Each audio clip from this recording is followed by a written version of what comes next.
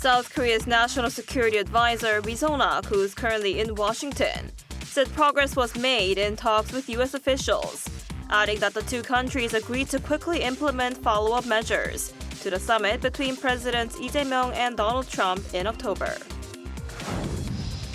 And President Lee has received policy briefings from the Defense and Veterans Ministries. The president highlighted the importance of the military faithfully serving the country and touched on giving more authority to the Marine Corps. U.S. President Donald Trump says he believes talks toward ending the war in Ukraine are getting close to something, with American and Russian officials expected to meet in Miami this weekend. We begin this morning with talks between Seoul and Washington. South Korea's National Security Advisor Ri Song-nak, who is currently visiting the U.S., said the two sides have agreed to quickly implement follow-up measures to the country's joint fact sheet. Ri said this while talking to the media on Thursday, local time, after completing his two-day schedule in Washington, D.C. He said there was progress in consultations with the United States, though it was difficult to say which areas saw concrete achievements. Ri's visit to the U.S. started Tuesday, and he met with U.S. Secretary of State Marco Rubio on the day of his arrival, and then Secretary of Energy Chris Wright the following day. He will continue his visit by traveling to New York to meet with UN officials before returning to South Korea. And President Lee Jae-myung was briefed on Thursday by the Defense and Veterans Ministries. This marked the fifth session since the series of policy briefings for 2026 began last week. Our Kim Bo-kyung tells us more. President Lee Jae-myung received more policy briefings on Thursday from the Defense, Patriots, and Veterans Ministries along with their affiliated agencies. This as part of a series of policy briefings where government ministries report to the president on their key agendas. President Lee underlined the importance of the military faithfully serving the country and compensating those who made sacrifices. 국가 공동체가 존속하기 위해서 가장 중요한 것은 공동체 자체를 보존하는 것입니다. 국민의 군대로서 대한민국이 전 세계에 정말 강력한 국가로 존속할 수 있도록 본연의 임무를 제대로 다 수행해 주길 기대합니다. 특별한 희생을 치른 우리 구성원들에게 특별한 보상을 함으로써 우리 공동체가 그 구성원들의 그 각별한 희생을 잊지 않았다는 것을 언제나 보여주고 또 증명해야 된다고 생각합니다. In terms of the Defense Ministry, President Lee touched on giving more authority to the Marine Corps in efforts to restructure the three-pronged military structure, the Army, the Navy, and the Air Force, to a quasi-4 one that includes the Marine Corps. He added that the soldiers were also victims of last year's botched martial law and that civil education to teach them constitutional values must be properly implemented. 군이야 죽으라면 죽는 거고 뭐 앞에 뭐가 있는지 모르지만 진격하라면 하는 건데 이게 과연 합헌적인 정당한 명령인지 아닌지를 사실 판단하기 어렵잖아요. 특히 군의 특성상 그렇죠. 그런데 책임은 안 질 수 없잖아요 또. 그래서 그런 문제들에 대해서 좀 판단할 역량을 좀 갖춰줘야 되겠다. The Veterans Ministry vowed to expand to cover more former service members. In 2026, policy will be reinforced in both depth and breadth, with an emphasis on enhancing the level of financial support so that no one is left unprotected. President Lee urged that proper honors should be given to the overseas veterans who fought in the Korean War and also called for the ministry to make sure veterans' hospitals provide high-quality service. When it comes to the recovery and repatriation of the remains of independence activist An Jung-gun, President Lee said he would add it to the agenda for the upcoming Korea-China summit.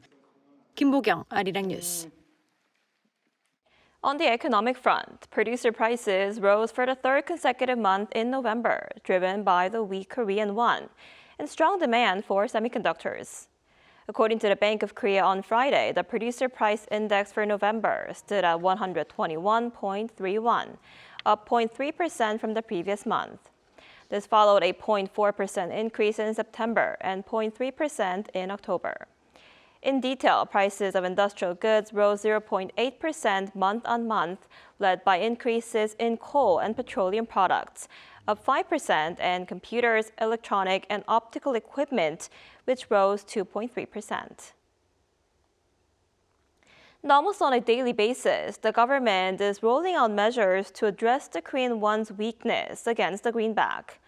The presidential office summoned top executives from the nation's biggest conglomerates, while the finance ministry loosened regulations to open the floodgates for dollar inflows. Our Kim Do-yeon reports. The South Korean won is struggling.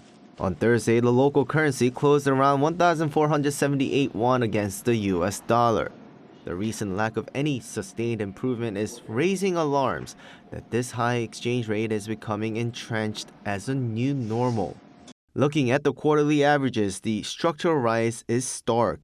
After averaging 1,399 won to the dollar in the first quarter, the rate surged to 1,453 won in the second quarter.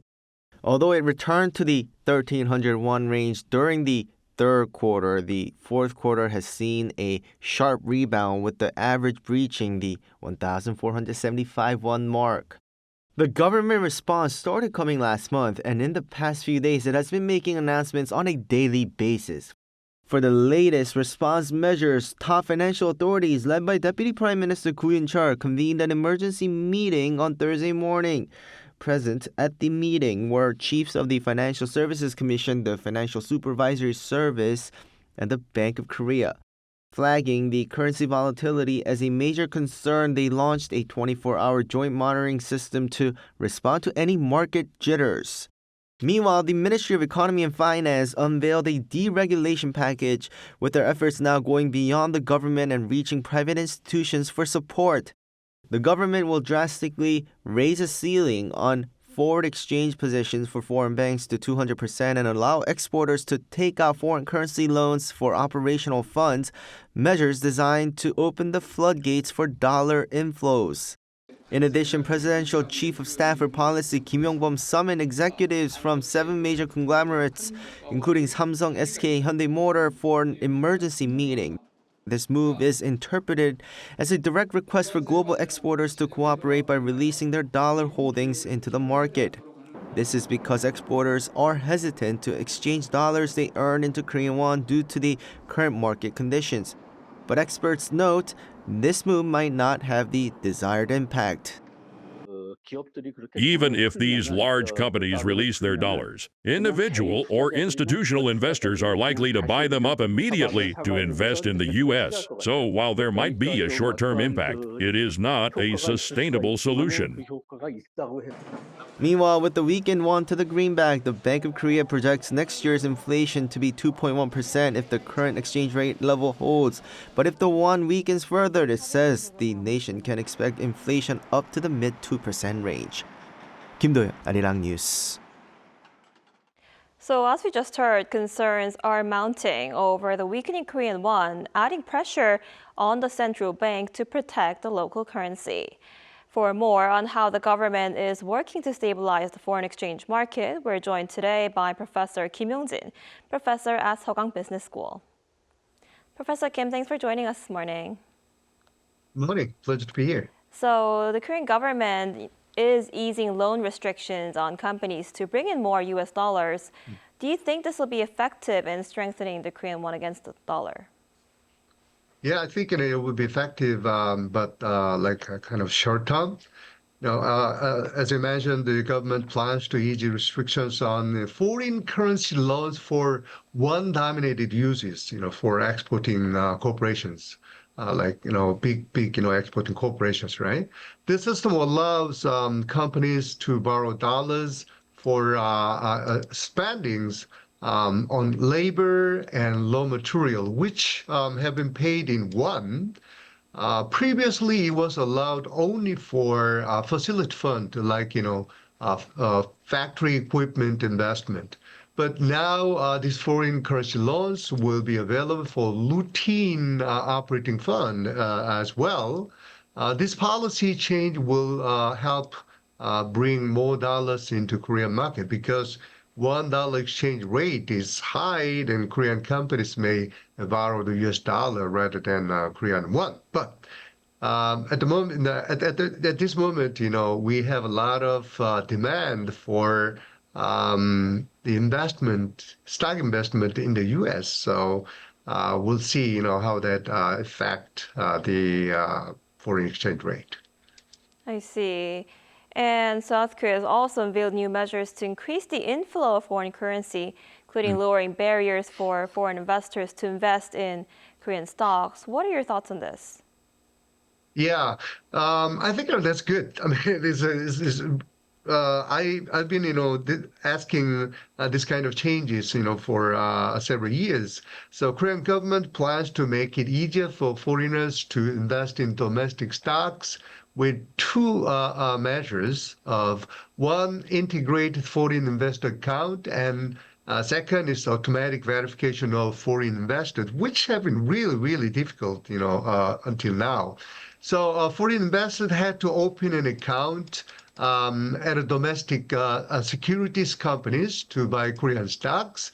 The government will promote the integrated foreign investor account so foreign investors can trade Korean stock directly through their home country security firms, which is good. And it's similar to how Koreans buy the U.S. and Japanese stocks through domestic security firms, right? And the second one is the inconvenience faced by foreign corporations listed in overseas exchange when conducting FX hedging transactions in Korea. We've also resolved. Although foreign corporations are legally qualified as professional investors in their countries, in practice they were classified as a retail investors in Korea and had to submit a complicated document, proving the actual transaction purpose for each FX derivatives transactions. The government planned to recognize foreign corporations listed overseas as professional investors in Korea without separate verification. So they can conduct FX hedging transactions without complex prior paperwork. Right, and while that's happening in the United States, Yeah. inflation is a pretty serious issue with the It is. unemployment It rate is. hitting a 4-year high last month. What's behind this, and how is the Trump administration working to tackle these issues? Yeah, as you mentioned, the employment rate, in the United States rose to a 4-year high of 4.6 in November, up from 4.4 in October. According to Labor Department figures on Tuesday, this might be driven mostly by a loss of 162,000 federal government, roles. Stemming from the Trump administration's, push to cut government jobs earlier this year, right? And many of the workers cut by the Trump administration's Department of Government Efficiency in the spring did not formally fall off the payroll until October. So now it happens, right? The second reason will be the layoff of software engineers in big companies, especially like young engineers. So it's a quite tough situation in terms of unemployment in the United States. And Trump administration looks very optimistic though. They see that the labor market will turn around next year. Once the effect of the president's business-friendly tax and regulatory policy kicks in, and the capital investment, that have helped to push the U.S. gross domestic product above 3% are also expected to push up payroll growth over the next year. But I'm quite skeptical about their argument. I see. And before I let you go, how are these latest labor concerns in the United States affecting the Korean economy in terms of the foreign exchange rate and stock market? Well, in general, a strong U.S. labor market and rising prices generally lead to a stronger U.S. dollar and potential outflow from South Korea. They're causing the Korean won to weaken and putting downward pressure on the stock market. In the case that the U.S. economy is weakening, Korean won gets stronger and capital inflow will happen. However, it is quite weird, right? The current situation is quite complicated. Even though U.S. economy is in the downturn, and that even the things like that does not happen, right? Due to the preference to the safe assets like gold and the U.S. dollar. U.S. dollar, is perceived as asset, a safe asset. So Korean won gets weaker. Even further, AI bubble pops up. The Korean stock market is closely related to U.S. stock market, so Korean stock market will be directly affected due to the impact of Korean global chip makers. So that looks like even gloomy. I see. I guess we'll have to see how that plays out. All right, Professor Kim, thank you so much for your insight today. We appreciate it. Thanks for having me.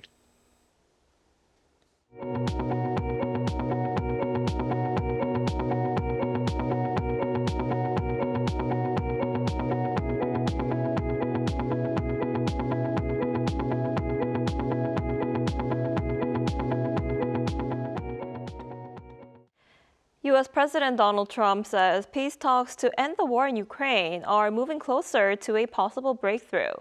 Now, this comes as American and Russian officials prepare for a new round of talks in Miami this weekend. Our Lee Seung-jae has more. U.S. President Donald Trump says talks aimed at ending the war in Ukraine are moving closer to a possible breakthrough as American, Russian, and Ukrainian officials prepare for a new round of diplomatic contacts this weekend. Speaking on Thursday, President Trump said negotiations are getting close to something ahead of a planned meeting in the United States involving Russian officials. Well, they're getting close to something, but I hope Ukraine moves quickly. I hope Ukraine moves quickly because Russia's there. And, every time they take too much time, then Russia changes their mind. According to a U.S. official, a Kremlin envoy will travel to Florida to discuss Washington's proposal, part of an intensifying diplomatic push by the Trump administration to broker a deal. The official said Kirill Dmitriev, who heads Russia's Sovereign Wealth Fund, is scheduled to meet Saturday in Miami with President Trump's envoy Steve Witkoff, as well as Trump's son-in-law Jared Kushner. Witkoff and Kushner are expected to meet Dmitriev following earlier discussions this week in Berlin with Ukrainian and European officials. Those talks focused on U.S. security guarantees for Kyiv, possible territorial concessions, and other elements of the American-authored framework aimed at ending the conflict. Asked about the Miami meeting, Kremlin spokesperson Dmitry Peskov said on Thursday that Moscow is preparing for contacts with the U.S. to hear the results of the Berlin discussions, but declined to provide further details. Meanwhile, Ukrainian President Vladimir Zelensky struck a more skeptical tone. In an address on Wednesday, he said Russia is preparing the coming year as a year of war, despite ongoing U.S.-brokered peace efforts. Zelensky pointed to comments made by Russian President Vladimir Putin earlier in the week, saying they sent clear signals of Moscow's aggressive intent. Zelensky also highlighted an upcoming summit in Brussels, where European leaders are expected to discuss the possible use of roughly $250 billion in frozen Russian assets to support Ukraine. He said the outcome of those talks must ensure that Russia understands continuing the war next year makes no sense, adding that Europe's decision will be critical to sustaining Ukraine's defense and shaping the path forward. Lee Seung-jae, Arirang News. Shifting gears, following 2 delays, South Korean space launch startup InnoSpace is attempting the country's first commercial launch of a privately developed rocket. The company plans to launch its Hanbin-Naro rocket at 3:45 p.m. on Friday local time from the Alcantara Space Center in Brazil. The mission, called Spaceport, aims to place 8 payloads into a 300-kilometer orbit, including 5 small satellites from Brazil and India and 3 experimental devices. The launch was postponed last month after abnormal avionics signals were detected, and again this week due to a cooling system issue in the first stage. InnoSpace says the faulty parts have been replaced and the rocket is now ready for liftoff.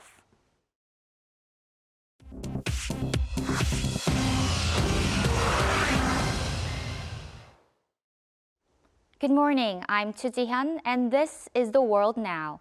In the United States, the Trump administration has moved to sharply restrict transgender, gender-affirming medical care for minors.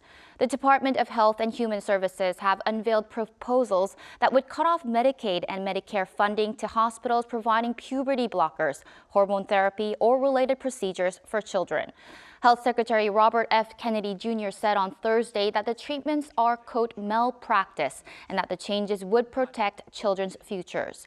The proposals would affect access to transgender care in nearly 24 states, where such care remains legal and covered by Medicaid. Major U.S. medical organizations oppose the move, saying it contradicts established standards of care and could put lives at risk. The rules must still go through a lengthy public review process, but hospitals have already begun halting care in anticipation of federal action. In Southeast Asia, Thailand on Thursday carried out airstrikes near Cambodia's Poipet border crossing amid renewed fighting between the two countries. Thailand said it bombed a logistics center used to store BM-21 rocket systems. Officials from the two countries say the clashes this month have killed at least 21 people in Thailand and 17 in Cambodia. More than 800,000 people have been displaced. Poipet is the largest land crossing between the two countries and a major casino hub. The fighting follows the collapse of a ceasefire brokered earlier this year by Malaysia and the United States. In the United States, a business jet on Thursday crashed while landing at Statesville Regional Airport in North Carolina, killing all 7 people on board.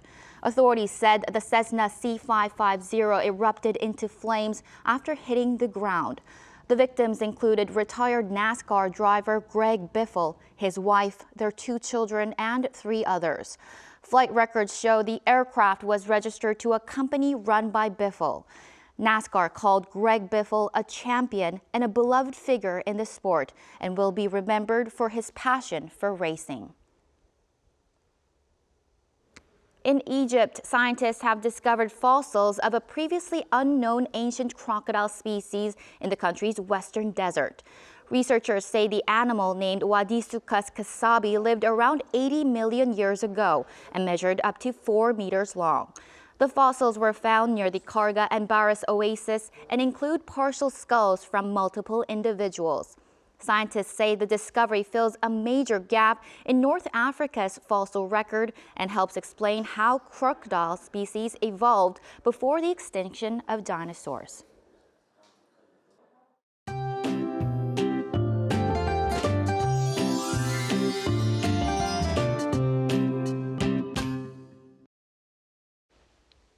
It feels more like early spring than mid-December today. Many areas will enjoy a big jump in temperatures compared to yesterday.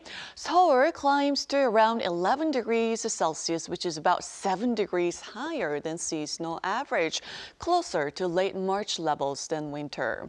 And notice how warm it's going to be on parts of Jeju at 19 degrees, Busan topping out at 15 degrees with some afternoon rainfall.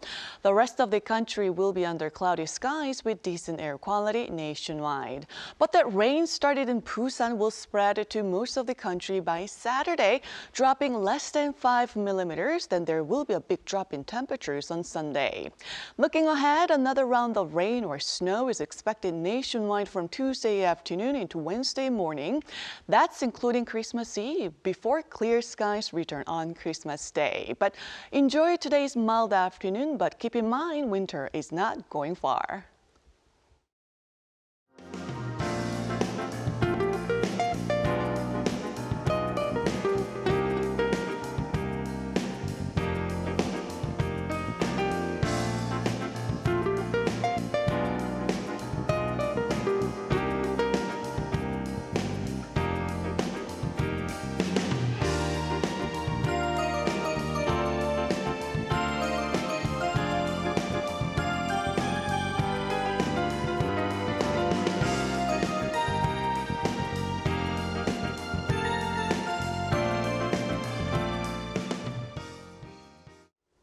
Now that's all we have for this morning. Arirang News will be back at noon Korea time. Thanks for watching.